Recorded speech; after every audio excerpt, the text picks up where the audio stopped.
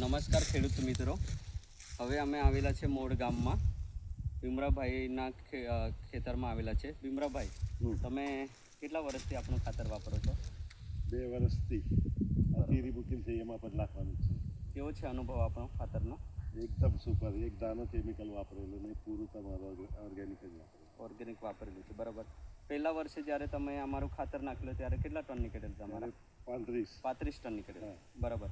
અને અત્યારે આ વર્ષે કટિંગ 42 ટન નીકળ્યા. અત્યારે 42 ટન. અને તીરી 50 જ બસાવવાની.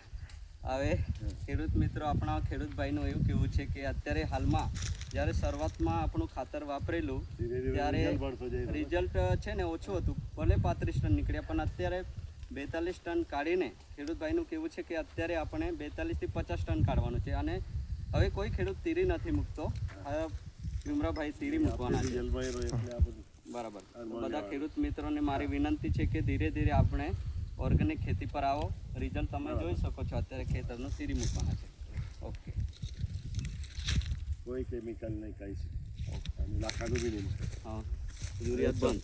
ચાલો દેવાનું. ઓકે, ચાલો ખેડૂત મિત્ર, ધન્યવાદ.